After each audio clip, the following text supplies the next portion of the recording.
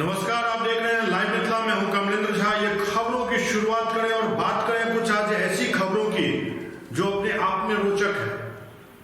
पहली खबर मुजफ्फरपुर से है, जहां एक शमशान में रोज चिता जलता था और जब इसकी तहकीकात की गई तो पता चला यहां तो शराब बनाया जा रहा है। दूसरी खबर जहानाबाद से है, जहां पुलिस वाहन चेकिंग अभियान चला रही थी। एक 23 साल का लड़का चेकिंग अभियान को देखकर बिना हेलमेट का था तो वो भागने लगा और जैसे ही वो भागा पुलिस ने गोली मार दी। आइए खबरों की शुरुआत करें और सबसे पहले बात करें उस शमशान की जहां चिता जलने के जगह पर शराब बनाए जा रहे थे। मुजफ्फरपुर में एक ऐसा शमशान घाट है जहां रोज चिता जलती थी। जब इस बारे में लोगों को शक हुआ और तहकीकात की गई तो पता चला जो यहाँ तो शव जलाने के नाम पर शराब बनाने का खेल चल रहा है। यहाँ रात को लोग अर्थी सजाकर पहुँचते और आग लगाते। रोज़ रात को चिता जलने की बात पर आसपास के लोगों को शक हो गया। उन्होंने पुलिस को सूचना दी। पुलिस ने जब आज छापा मारा तो पता चला कि शव नहीं, यहाँ शराब बनाने का धंधा चलता था। शमशान में भारी मात्रा में देसी शराब और शराब बनाने के सामान बरामद किए गए। हालांकि शराब कारोबारी सब पुलिस को देखते ही फरार हो गए। मामला मुजफ्फरपुर सदर थाने के माधोपुर सुस्ता शमशान का है। पुलिस ने बताया कि शमशान में छापेमारी की गई। यहाँ बिखरे पड़े शराब बनाने के सामान देखकर चकित रह गए। सदर थाना अध्यक्ष ने बताया कि आधी रात के बाद से सुबह तक शमशान में भट्ठी जलाकर देसी शराब बनाई जाती थी। इससे आसपास के लोगों को लगता था कि कोई शव जल रहा है। स्थानीय लोगों ने बताया कि शराब कारोबारी अर्थी पर कफन से ढककर गैस सिलेंडर, चूल्हा और अन्य सामान लेकर यहाँ आता था, जैसे कि लगता हो कि शमशान शव लेके जा रहा हो। कई दिनों से यह खेल चल रहा था। फिर लोगों ने पुलिस को सूचना दी और बुधवार की सुबह 4 बजे जब पुलिस ने छापा मारा तब मामले का खुलासा हुआ। पुलिस ने यहां से 2 गैस सिलेंडर, गैस चूल्हा, बर्तन, पाइप और जावा और अन्य सामान जब्त किए हैं। इसके साथ ही 10 लीटर देसी शराब भी जब्त किया गया है। जहानाबाद में बिना हेलमेट बाइक चला रहा है एक युवक पुलिस चेकिंग देखकर भागने लगा तो एएसआई ने उसका पीछा किया और गोली मार दी। युवक की हालत गंभीर बताई जा रही है। गोली मारने वाले एएसआई मुमताज़ अहमद को पुलिस ने गिरफ्तार कर लिया है। उसके ऊपर हत्या की कोशिश का केस दर्ज किया गया है। उसे कोर्ट में पेश करके जेल भेज दिया गया।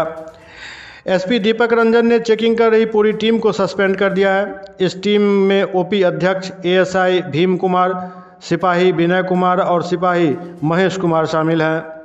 घायल युवक का नाम सुधीर बताया जा रहा है। वह नालंदा जिले के कुर्थू गांव का रहने वाला है। पिता रविंद्र यादव ने बताया कि वो बीए पार्ट 2 का छात्र है और पिछले साल ही उसकी शादी हुई है। वो इकलौता बेटा है अपने माँ बाप का। उसकी 3 बहन है। गोली मारने वाले एएसआई का नाम मुमताज़ अहमद है। हालांकि पिता ने पहले गोली मारने का आरोप थानेदार चंद्रहास कुमार पर लगाया था। पिता ने कहा चंद्रहास कुमार अनंतपुर गांव के पास वाहनों की चेकिंग कर रहे थे। इसी बीच उनका बेटा वहां से बाइक लेकर गुजरा। हेलमेट और ड्राइविंग लाइसेंस नहीं रहने के कारण वह पुलिस को देखते ही भागने लगा। सुधीर को भागते देख पुलिस ने उसका पीछा किया और जब तक वह रुकता तब तक पुलिस ने पीछे से गोली मार दी। गोली सुधीर के सीने में लगी और चीरते हुए रीढ़ की हड्डी में जा फंसी है। गोली लगने के बाद भी सुधीर रुका नहीं। वह करीब 2 किलोमीटर तक बाइक चलाता रहा। अपने गांव के पास आकर वह गिर गया। लोगों ने देखा तो उसे अस्पताल में भर्ती कराया गया। डॉक्टर के मुताबिक उसकी हालत गंभीर है। गोली निकाल दी गई है। युवक के लिए 72 घंटे क्रिटिकल बताए गए हैं। जमुई में सड़क किनारे खड़े एक युवक को तेज रफ्तार ट्रैक्टर ने ठोकर मार दी। ठोकर लगने के बाद जब युवक सड़क पर गिरा तो भागने के क्रम में ट्रैक्टर चालक ने उसे कुचल दिया, जिससे मौके पर ही युवक की दर्दनाक मौत हो गई। मृतक की पहचान बांका जिले के शंभूगंज थाना क्षेत्र के मेहरपुर निवासी 45 वर्षीय मनोज कुमार सुमन पिता डोमन शाह के रूप में हुई है। वर्तमान में मृतक झारखंड के देवघर जिला के कुंडा थाना क्षेत्र के बलिया चौकी में रहता था। मृतक बुधवार की सुबह किसी काम से जमुई न्यायालय जा रहा था। घटना खैरा थाना क्षेत्र के आदर्श मध्य विद्यालय खैरा के समीप हुआ। मिल रही जानकारी के अनुसार मृतक अपने एक अन्य साथी के साथ बाइक से जमुई जा रहा था। वह खैरा मध्य विद्यालय के समीप पहुंचा, तब उसने चाय पीने के लिए अपनी बाइक सड़क किनारे खड़ी कर दी। इसके बाद वह गाड़ी से उतरकर चाय की दुकान पर जा रहा था। इसी क्रम में पीछे से आ रहे एक तेज़ रफ्तार ट्रैक्टर ने उसे ठोकर मार दी। ठोकर लगने के बाद मनोज सड़क पर गिर गया, जिसके बाद ट्रैक्टर चालक ने उस पर ट्रैक्टर चढ़ा दिया, जिससे मौके पर ही उसकी मौत हो गई। घटना के बाद स्थानीय लोगों की भीड़ जुट गई। स्थानीय लोगों ने इस घटना की सूचना खैरा थाना को दी। पुलिस ने मौके पर पहुंचकर शव को कब्जे में ले पोस्टमार्टम के लिए भेज दिया। पुलिस ने परिजनों को सूचना दी। सूचना मिलते ही परिजनों का रो रो कर बुरा हाल हो गया। महाराष्ट्र के कांग्रेस अध्यक्ष नाना पटोले आज बिहार पहुंचे। पटना के सदाकत आश्रम में उन्होंने प्रेस कॉन्फ्रेंस में कहा कि संविधान को बचाना सबसे बड़ा मुद्दा है। भाजपा ने संवैधानिक संस्थाओं को खत्म करने का प्लान बनाया है। अडानी का मामला राहुल गांधी ने उठाया था। उन्होंने कहा कि अडानी पर सवाल उठाने के कारण राहुल गांधी को सजा मिली। केंद्र सरकार ने अडानी को कई पोर्ट दिए। देश के युवाओं को आज गुमराह किया जा रहा है। देश की डिफेंस व्यवस्था भी आज अडानी के हाथ में चली गई है।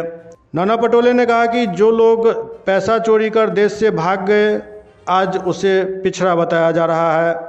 उन्होंने कहा कि कांग्रेस के कार्यकर्ता अब देश में सड़क पर लड़ाई लड़ेंगे। राहुल गांधी को आज घर से बेदखल किया गया है, इसका परिणाम भाजपा को भुगतना पड़ेगा। नाना पटोले ने कहा कि सावरकर पर राहुल गांधी ने कुछ गलत नहीं कहा। हम लोग भाजपा की लाइन पर सियासत नहीं करते। हम लोगों का मुद्दा आज सावरकर नहीं, संविधान है। दरअसल अब शरद पवार के विरोध के बाद सावरकर के मुद्दे पर जो राहुल गांधी ने कहा था कि हम गांधी हैं, सावरकर नहीं, जो माफ़ी मांग लेंगे, उस मुद्दे को अब फिर से पॉलिश चढ़ाने का काम किया जा रहा है। कैसे ये मुद्दा छोड़ा जाए, क्योंकि महाराष्ट्र में गठबंधन पर इसका असर पड़ रहा है। तो अब नाना पटोले बिहार में आकर प्रेस कॉन्फ्रेंस कर रहे हैं।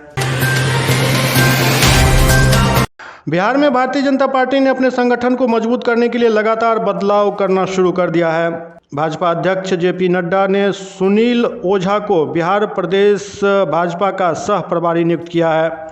इससे पहले उत्तर प्रदेश में सह प्रभारी के पद पर वो कार्यरत थे। वो बनारस में पीएमओ का कार्य देखते थे।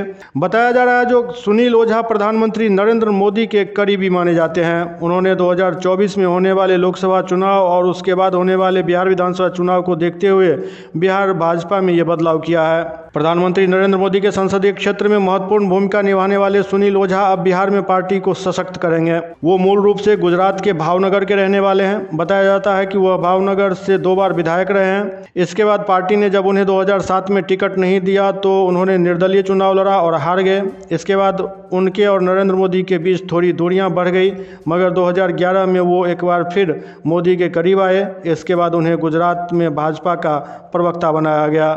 भाजपा में प्रदेश स्तर पर पिछले 1 सप्ताह में ये दूसरा सबसे बड़ा फैसला केंद्रीय नेतृत्व की तरफ से लिया गया है। सम्राट चौधरी के बिहार की कमान संभालने से कार्यकर्ताओं और नेताओं में नया उत्साह देखने को मिल रहा है। कार्यकर्ता उन्हें बिहार का योगी कहकर संबोधित कर रहे हैं। इसके साथ ही कई स्थान पर ऐसे पोस्टर भी लगाए गए हैं जिसमें उन्हें सीएम कैंडिडेट का फेस बताया जा रहा है।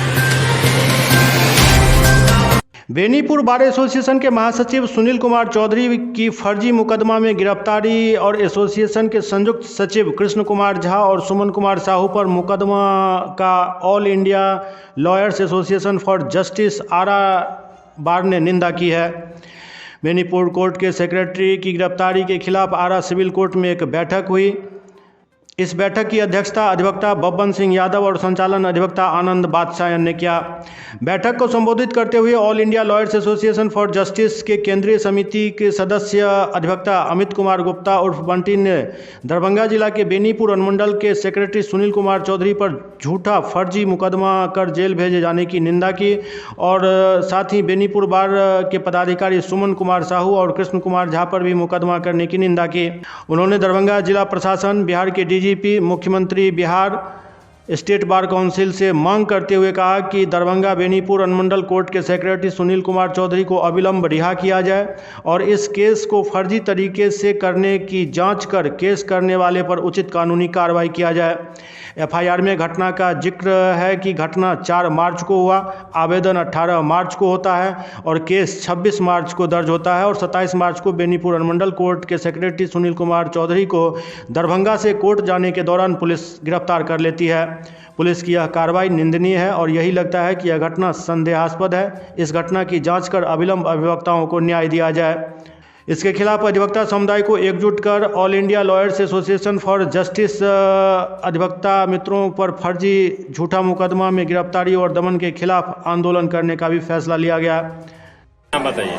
देखिए, आज all India lawyers association for justice civil court में आज बैठक हुई। All India lawyers association for justice की बैठक की अध्यक्षता हमारे सिविल कोर्ट के वरीय अधिवक्ता पवन यादव जी ने किया और संचालन हमारे यहाँ के वरिष्ठ अधिवक्ता आनंद बदस्यान जी ने किया। हम लोग यह बैठक दरभंगा अनुमंडल कोर्ट बेनीपुर के सेक्रेटरी सुशील कुमार चौधरी की गिरफ्तारी के खिलाफ हम लोग यह बैठक आयोजित किए हैं और बेनीपुर अनुमंडल कोर्ट के सेक्रेटरी, उसके ज्वाइंट सेक्रेटरी और कार्यकारिणी के 3 सदस्यों का नाम फर्जी मुकदमा में दरभंगा जिला प्रशासन के द्वारा डालकर हमारे बेनीपुर अनुमंडल कोर्ट के अध्यक्ष सेक्रेटरी सुशील कुमार चौधरी को जेल भेजने की हम लोग निंदा करते हैं। हमारे जो 2 अधिवक्ताओं का नाम उसमें पड़ा है, उस नाम को वापस किया जाए, केस को फॉल्स किया जाए। मैं आपको बताना चाहता हूं कि घटना 4 तारीख को है, आवेदन 18 तारीख को पड़ता है और एफआईआर 26 तारीख को होता है। एफआईआर में जिक्र है कि 5 बजे के बाद जब सारे लोग चले गए तो वकील साहब पैसे के लेन देन हमसे बगली में से जबरदस्ती पैसा निकाल लिए। जब कोई व्यक्ति था नहीं तो उनका कैसे बेइज्जती हो गया और कैसे झूठा मुकदमा किया गया है। All India lawyers association for justice civil कोटारा के अधिवक्ता ये इलाज के लोग मांग करते हैं बिहार सरकार से कि अविलंब हमारे अधिवक्ता को बिना शर्त रिहा किया जाए, केस को वापस लिया जाए, नहीं तो हम इसके खिलाफ आंदोलन करेंगे। इस संबंध में हम लोग बिहार स्टेट बार काउंसिल को भी पत्र लिखने का काम करेंगे। कोरोना एक बार फिर से बिहार में पांव पसारने लगा है। दूसरी ओर किट के अभाव में जांच ठप होने की भी खबर मिल रही है। कोविड के बढ़ते खतरे के बीच BMSICL की ओर से RT-PCR किट की आपूर्ति बंद है। लगभग 15 दिनों से मुजफ्फरपुर सहित सूबे के अन्य जिलों में RT-PCR किट की आपूर्ति नहीं हो रही है। मुजफ्फरपुर में अभी सिर्फ एंटीजन जांच के लिए 3600 किट मौजूद हैं। BMSICL ने जिलों को रिपोर्ट कर कहा है कि अभी उनके पास किट नहीं है। स्वास्थ्य विभाग की ओर से कुछ दिनों पहले ही अस्पतालों को RT-PCR जांच के लिए 6000 किट भेजी गई थी। उसी किट से जांच की जा रही है, लेकिन अभी RT-PCR जांच नहीं हो रही है। इसकी वजह जांच किट का अभाव है। स्वास्थ्य विभाग के अपर मुख्य सचिव प्रत्यय अमृत ने प्रतिदिन कोरोना की 800 जांच का निर्देश CS को दिया है। किट नहीं होने के कारण उनके निर्देश का भी पालन नहीं हो पा रहा है। जनसुराज यात्रा के क्रम में सारण में प्रशांत किशोर ने बिहार के डिप्टी CM तेजस्वी यादव और भाजपा के नए प्रदेश अध्यक्ष सम्राट चौधरी पर तंज कसा। प्रशांत किशोर ने कहा कि लालू यादव के लड़के होने के अलावा तेजस्वी की कोई पहचान नहीं है। मैंने जो 10 साल काम किया वह मेरी पहचान है। हम मुख्यमंत्री के लड़के तो है नहीं कि पैदा हुए और हमने दावा ठोक दिया कि अब हम ही बिहार के नेता हैं, बिहार के लोग को हमको जानना सुनना समझना चाहिए। आज आप जाते हैं तेजस्वी यादव का इंटरव्यू लेने, तेजस्वी यादव यहाँ आएंगे तो आप जाइएगा दौड़ के। क्यों जाइएगा? क्योंकि वो लालू यादव के लड़के हैं। अगर कोई उन्हीं के उम्र का लड़का 30-32 साल का कोई यादव समाज का लड़का या कोई दूसरे वर्ग का लड़का जो 10वां पास नहीं किया है और बिहार में राजनीति करना चाहता है, वो अगर आपको बुलाएगा पत्रकार वार्ता के लिए तो आप जाइएगा? आप तो उसको पूछिएगा भी नहीं। तो आप या समाज उन्हीं लोगों से बात करता है, उन्हीं लोगों की बात सुनता है जिनकी कुछ पहचान हो। मेरी वो जो मैंने 10 साल काम किया है, मेरी वही पहचान है। उधर दूसरी तरफ सम्राट चौधरी के बिहार प्रदेश भाजपा अध्यक्ष बनने पर भी प्रशांत किशोर ने तंज कसा। प्रशांत किशोर ने कहा कि उनके पिता राजद और जदयू में रह चुके हैं। परिवारों की राजनीतिक वर्चस्व को तोड़ने का अभियान ही है जनसुराज यात्रा। नहीं है कि आपको ढूंढ कर लाए हैं सनसनीखेज खबर बनाने के लिए। जनसुराज से जुड़ा हुआ कोई भी व्यक्ति, समाज का जुड़ा हुआ कोई व्यक्ति जो अपने आप को सही व्यक्ति समझता है, वो चुनाव की प्रक्रिया में आए तो जनसुराज इस प्लेटफॉर्म से उसकी मदद के लिए खड़ा होगा ताकि वो लोग जीत कर आए। हम लोग ये मानकर चलते हैं कि राजनीति है वो विधायकों और विधायकों के लड़कों का प्रिरोगेटिव नहीं है। खाली विधायक और मंत्री का लड़का ही विधायक बनेगा ऐसा आप समझते हैं कि भाजपा ने अभी जो अपना अध्यक्ष बनाया है, उनके पिताजी शकुनी चौधरी, ये पहले आरजेडी में थे, उसके बाद बेचारे नीतीश कुमार के सरकार में थे, उसके बाद मांझी जी के भी सरकार में थे, अब भाजपा का भी चेहरा उन्हीं के लड़के बनेंगे। अब पूरे बिहार में सिर्फ विधायक और विधायक के लड़के ही बचे हुए हैं। यही बात हम लोग रोज उठा रहे हैं कि लोग आप समझते हैं कि आप परिवर्तन ला रहे हैं नेताओं को हरा के। मैं कह रहा हूं कि नेता तो वही है, सिर्फ उसका दल और उसके झंडे का रंग बदला हुआ है। जो लोग पहले लालू जी के साथ थे वही उछलकर नीतीश कुमार के साथ आ गए, वही लोग उछलकर भाजपा में आ गए, तो उसमें नया क्या है? तो बिहार में नेताओं और नेताओं के परिवारों का जो राजनीति पर वर्चस्व है, एकाधिकार है, उसको तोड़ना जन स्वराज का एक मुख्य उद्देश्य है। बिहार में एक बार फिर से मौसम पलटी मारने वाला है। 30 मार्च से 1 अप्रैल तक राज्य के कई जिलों में बारिश के साथ साथ ओलावृष्टि और आकाशीय बिजली गिरने की संभावना जताई गई है। इसको लेकर मौसम विज्ञान केंद्र ने बारिश के साथ साथ आंधी और ओलावृष्टि का अलर्ट जारी किया है। मौसम विज्ञान केंद्र की ओर से कहा गया है कि रामनवमी के दिन से राज्य के 9 जिलों में भारी बारिश होने की संभावना है। इसमें रोहतास, बक्सर, भोजपुर, अरवल, जहानाबाद, पटना, गया, नवादा, नालंदा समेत कई अन्य जिले शामिल हैं। रामनवमी 30 मार्च को है, इससे रामनवमी की तैयारियों पर भी असर पड़ सकता है। इधर मौसम विज्ञान केंद्र की ओर से किसानों के लिए भी विशेष अलर्ट जारी किया गया है। मौसम विज्ञान केंद्र के वैज्ञानिक ने बताया कि राज्य के अधिकतर हिस्सों में 10 से 50 mm तक बारिश की संभावना है। इससे सबसे ज़्यादा नुकसान किसानों को होने वाला है। बिहार हाईकोर्ट में जस्टिस कृष्णन विनोद चंद्रन ने मुख्य न्यायाधीश के पद की शपथ ले ली है।